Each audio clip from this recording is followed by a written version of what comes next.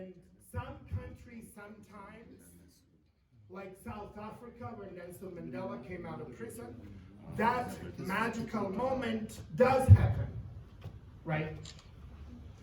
But in most countries, in most states, communities, cities, villages, we really cannot wait. In particular, when you face a situation like you do, like we heard, is advocacy is a tool to step up and take action, even if you don't feel the government is supported at that time. And so you have an enormous power to do what advocacy really is about. You can keep to educate those leaders. So the mayor, the local police chief, the head of school, etc. So your job is to really help them make the right decisions for peace. Second, you can help reform the policies or laws that we have been talking about. And most importantly, as we want to build resilience in East Ethiopia, is what can you develop that's a new program? So all of your ideas tomorrow are how change happens. This is it, people. And the third and most important, which is again your other mission, is these community resilience boards. Committees, almost got it. But all what we heard from Stella and Alice and Asatu and Lema, some of the great things we heard from Imam and Olivia, and the things you know. The biggest contribution of peace-building advocacy is actually this: inclusive and accountable structures and procedures. So I know this is a lot of English, but the biggest point is, when you look at what is the source of conflict that I'm learned from Ethiopia, but I had just come from Khartoum, and before that I was in Kampala, and before that I was in Kigali. It's the same problem everywhere. People don't feel that those in power represent them or give them voice.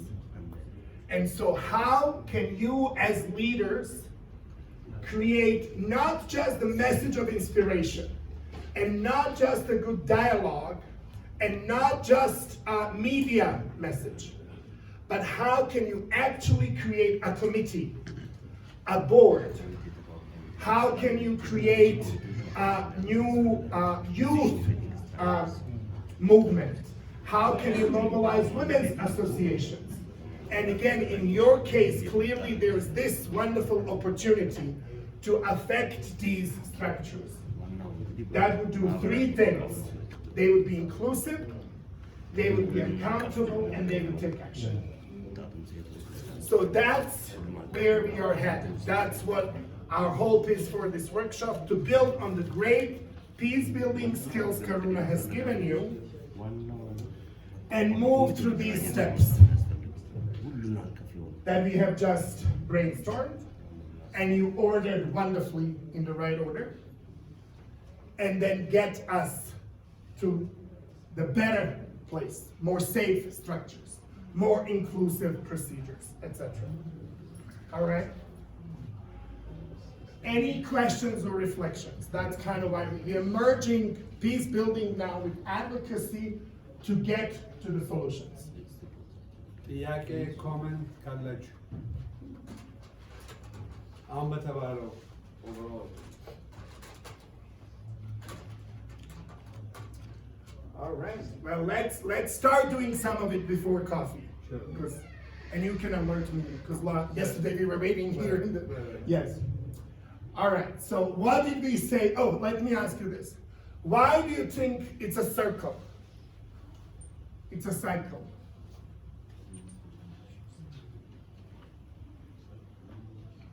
ለምን ሰርክል ሆነ ይመስላችኋል?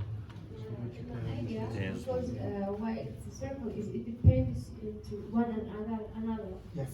We can't make a research without analyzing. We can't make a message without resources. That's my idea. Excellent. Any other ideas? Great job. Thank you. over there. Yasmin is the name of my favorite cousin. That's why I keep giving you the microphone. Yeah, we started with assessing the current situation of the problem. After we go through all this, we need to know. I mean, what we have done so far. And, if we need to do again, Yes, we start from that last assessment. excellent. This is the key point. Thank you. Yeah, but let's hear from John. It's just like the tree that will run it as the problem, and it is the grassroots should be advocacy circle. Advocacy, what it needs, and it is branches which are independent and could not be go along with it without it, and it should be go along with it every time. Excellent. Yes. So we have to have the tree and all the branches. Thank you. I think it is designed to solve a problem Yes. because if we want to build a house, we must have a design. Yeah. So design is a guide to solve how to solve that problem. It is a systematic thing to solve this problem. We must know if we have a systematic. If it is systematic, we must know first what we do. Exactly. First, we identify the problem, that is a statement of the problem. After that, we second step, that is what's the output, what is our finding. Exactly. We must evaluate as individuals. That is a design to solve a systematic problem. Excellent. So I love that it's yes. It is a circle because all the activities are related to one another. When we do one activity, we must do the second activities because they are related.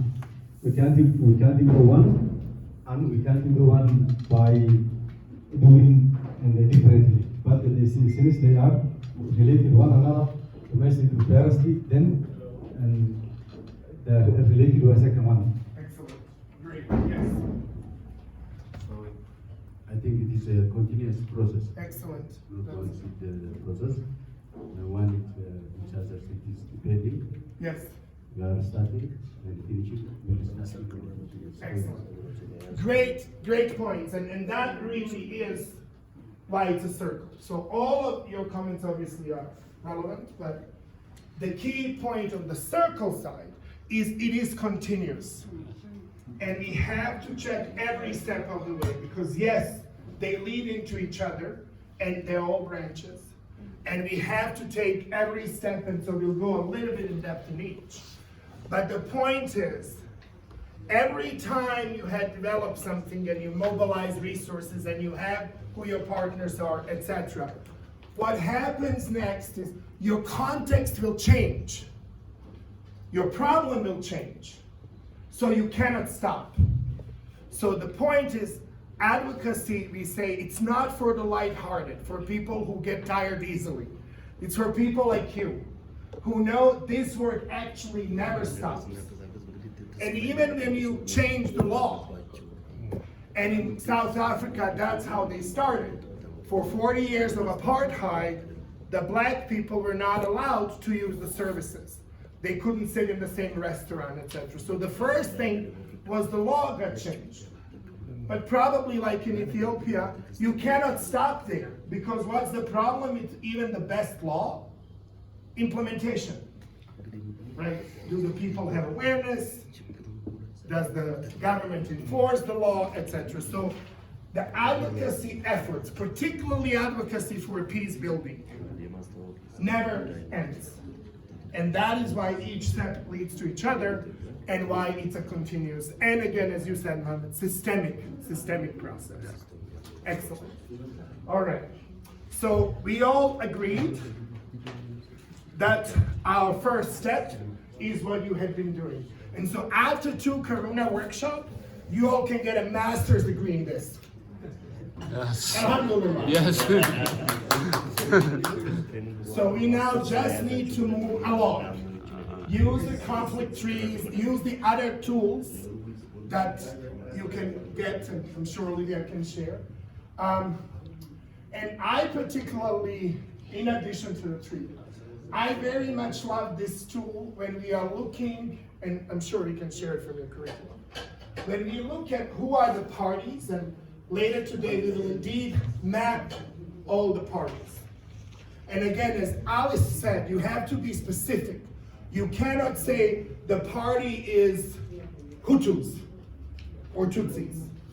You have to be specific. In our town, we are looking at an elder from that group, or we are looking from a women leader in that group, or we are looking at people that we sometimes call spoilers, people who don't want peace, and who are their leaders, etc. So when we do that mapping, the tool that I always find very powerful, we look at both, and maybe Olivia, you can just help me quickly just right. So let's say we have three different parties. What's very helpful for us moving forward is just ABCs or circles or whichever, yeah. And again, the parties, when we do it, they have to be specific. And then we ask two questions for each of the parties. We map out what are their needs? What do they actually need? Right? So what is, and I love, this is why I love Alice, because when I started doing the iceberg that you saw 20 years ago in our first workshop, that actually was in Alice. She told me, Miki, pretty much no African has ever seen an iceberg. How about a crocodile? And I said, I like crocodile because I also had never seen an iceberg, other than in Titanic. And that was not a good story for the Titanic. All right, so we just look at what are they needs, so not their interests and positions, right? So not saying my group will control the police or they will be war. Those are kind of position statements that cause conflict. But really, where are the legs of the crocodile? Where is the tummy of the crocodile? What are their needs? Are they in the need of those basic things Olivia reminded us? Security, safety, belonging, identity protection. So that really, we have to ask a lot of questions to understand those needs. But then the second thing that we really have to put almost in the middle, so you can is the question, what are they afraid of? What are their fears? Are they afraid that they will become refugees? Are they afraid they're gonna lose their property? Are they afraid somebody's gonna stop them using their religion? Right. And very often, and I don't even know if I'm talking about this too much, but very often what you will see, people might have different needs, right? Depends on how big is the group, how are they organized, etc. But what do you think about the fears? It's common. They're very common. They're common. They're very, very common. Common. And once you use that other wonderful tool of conflict resolution, when you peel the onion, when you start getting to the middle of the onion, what you understand, we might be actually afraid of the same things. But to get to the heart of the onion, what happens to the most of us who love to cook, and certainly who love to eat? I love Ethiopian food in general. When you peel the onion, the closer to the middle you get, what happens to you? Remember? Yeah. You start crying. Yeah. Meaning, to get to here, it's very painful. It's very hard. It's very difficult. So to use all of these tools really requires you, now the experts, to be able to do the next thing, which is finding out more. That's why the next step is about research, because all these tools that we present and you use, you are so smart, and I've learned so much in the short time from you. But we have to ask other people. We need to make sure that our version actually is what other people think, right? And this is a big challenge for advocates and NGO leaders and organizers, because we are so passionate. We see the problem being so urgent. We want to take action. We don't do the right analysis, and we don't do these steps. You have to go ask more people. You have to gather more data.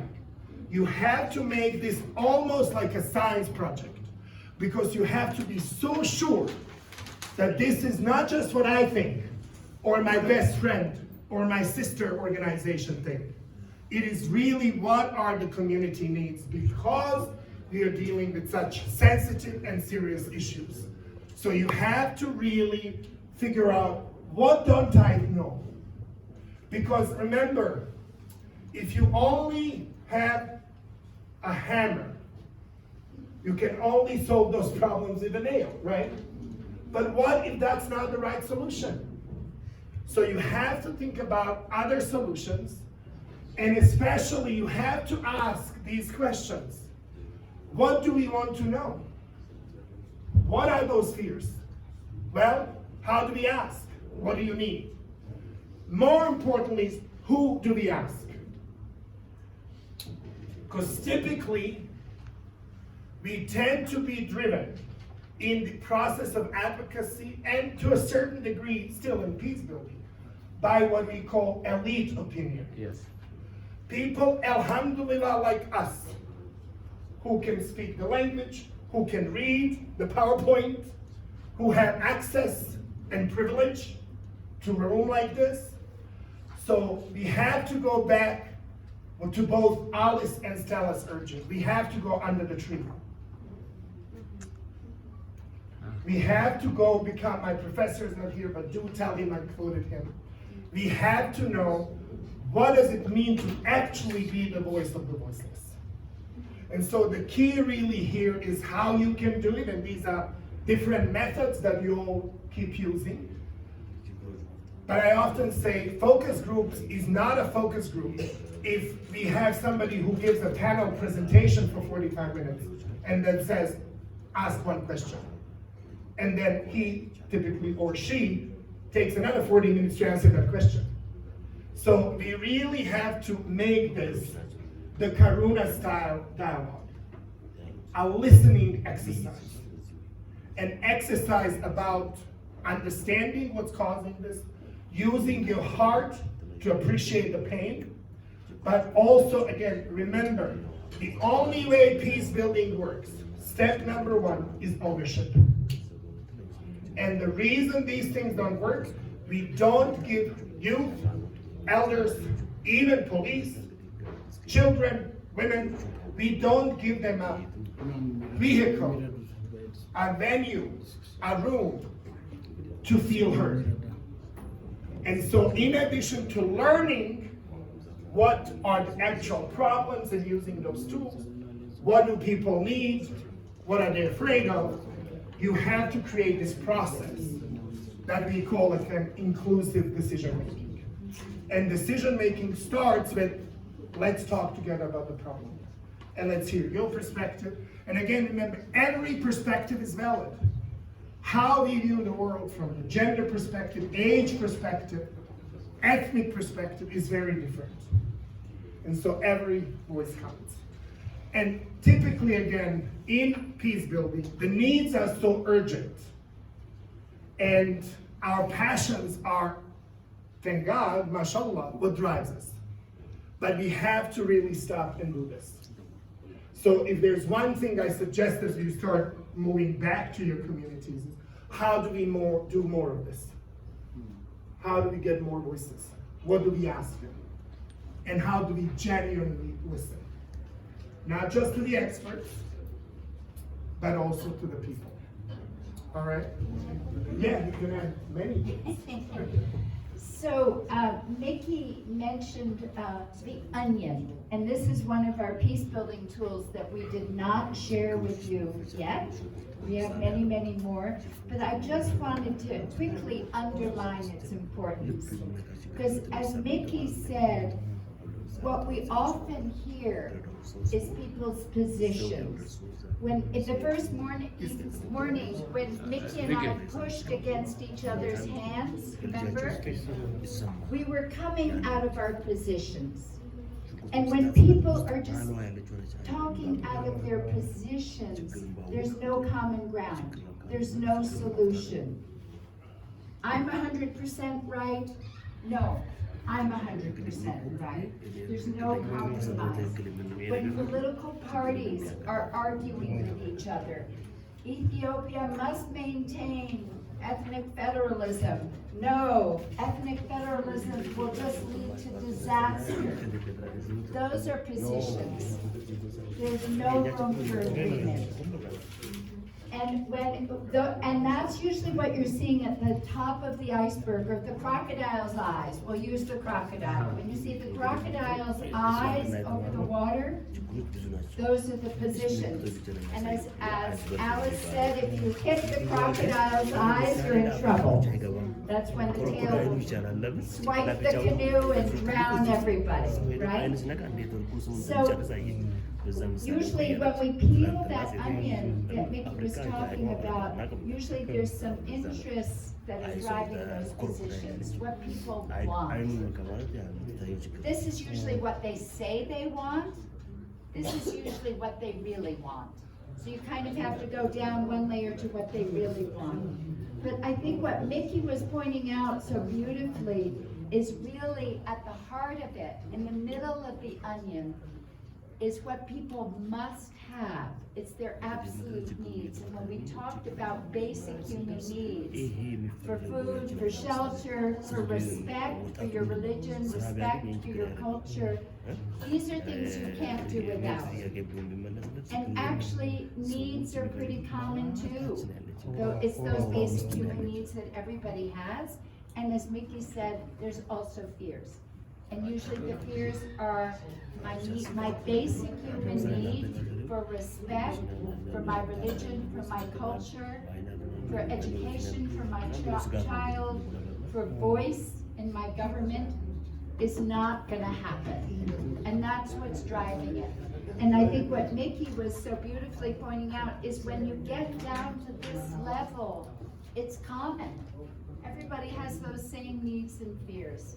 And that's where I think there's really that room to build the coalitions. So Miki, I know you covered this, but I just wanted to emphasize, because I think it's so valuable.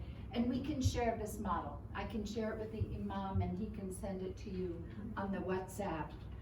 And that as Miki was saying, when you're going out to the stakeholders and to those who don't have power in the community, you want to be sure that this is what you're really asking about.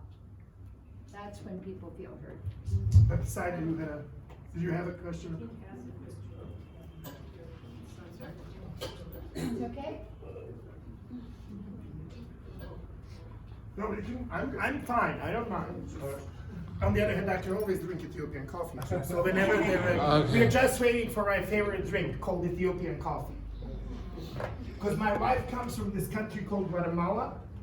They're competing with Ethiopia who has better coffee. I vote for Ethiopia. I'm not gonna tell her that. That's no secret. All right, so hope this is clear why the tools and why the methods and why the subjects are very important. And then we have to start moving towards solutions. Right. So step number 3 is what we call objective, goal.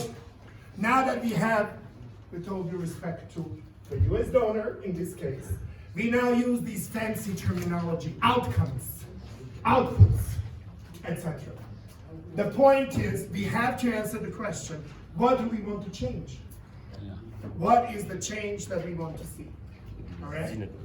And we here really have to be very specific, right?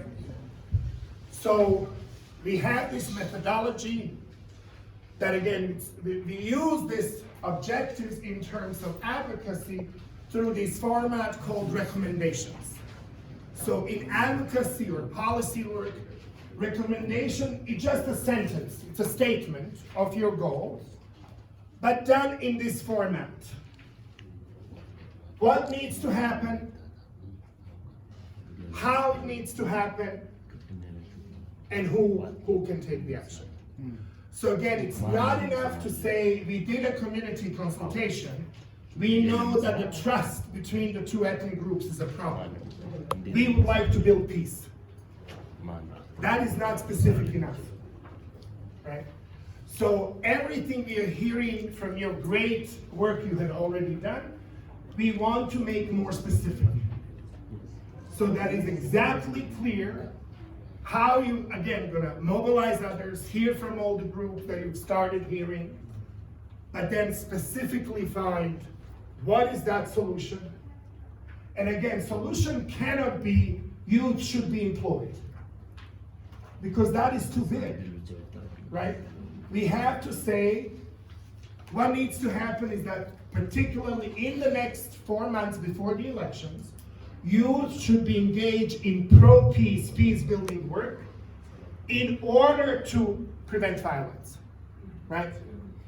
So they are saying the same thing, youth should be engaged, and my long statement. But we have to be specific because you need to do that for 2 reasons. Number 1, you have to inspire people. You have to make it clear and real for them that these big ideas, youth empowerment, can also be concrete, right? They can be specific, they can be achievable, measurable, they can happen. But in addition to the inspiration, you have to be clear how you bring people in. How do you actually take that action? And then who can make that happen? The good news in this room, Alhemdulillah, it's you. It's you. Yes, it is the government. Yes, it is the police. We will absolutely need them. No question. The task, the objective of establishing a community resilience board, of creating a zone of peace, of working to prevent ethnic violence and electoral violence in your 3 cities, those are huge missions. But who can make it happen is you, inshallah. And then the last is what we want to focus today and tomorrow is how. Is how. So what, and Salahuddin already helped us because he gave us 10 ideas. From arts to media, youth clubs, etc. But for the purpose of this flow, I would like us to stick with this idea of how can we, they're established already, the boards. No, but each project is planning a community resilience committee. So they each had an initial dialogue, Yes. either with youth or elders or whomever. But out of these various dialogues, they're going to create Excellent. the community resilience committees that will have representatives from the key stakeholders. Great. The same thing goes with the social media to try to establish the same setting and solving different problems. Great. So let's use social media as one of the tactics we can use. But our objective is we want to create community resilience Committees. committees in each of the 3 cities. All right? Do we agree with that? Is that still what you want to do? Yeah. Because that is the difference between having just a dialogue or using the tool and advocacy. Without the community resilience committee or without the peace zone, you're just doing important, remember how I said, important work that saved my life of peace building. And again, let me be clear, even if you just stay peace builders, Alhamdulillah, dear God accomplished his mission. Because we have 30 people in Ethiopia doing peace. However, I strongly believe, actually I know, how smart and capable you are. So we want to go a step further. We want to influence a system. and we want to create this community resilience committee. So do we all agree that's our objective? Yeah. Or not? Agreed, good. He was voting with me. That's democracy. Yeah. That's democracy. So, and again, we'll get to the tactics, and you can this evening learn more on the social media to be the key tool to accomplish that. So we know what we want. We know who is going to do it. I'm looking at them. Right here. Yes. So what we want to then figure out, and you start doing some of that after the break. But again, that's for really, the actual planning is the mostly for tomorrow. On this particular thing, as we go through the next steps, is how. So I want to just plant the seed as we award you with coffee and chai. Tomorrow morning, the only reason we will gather is to answer the question, how are you going to create a community resilience committee? And how are you going to make it work to prevent violence and promote peace? That's a good mission that requires a lot of energy, a lot of coffee, and some food. Please.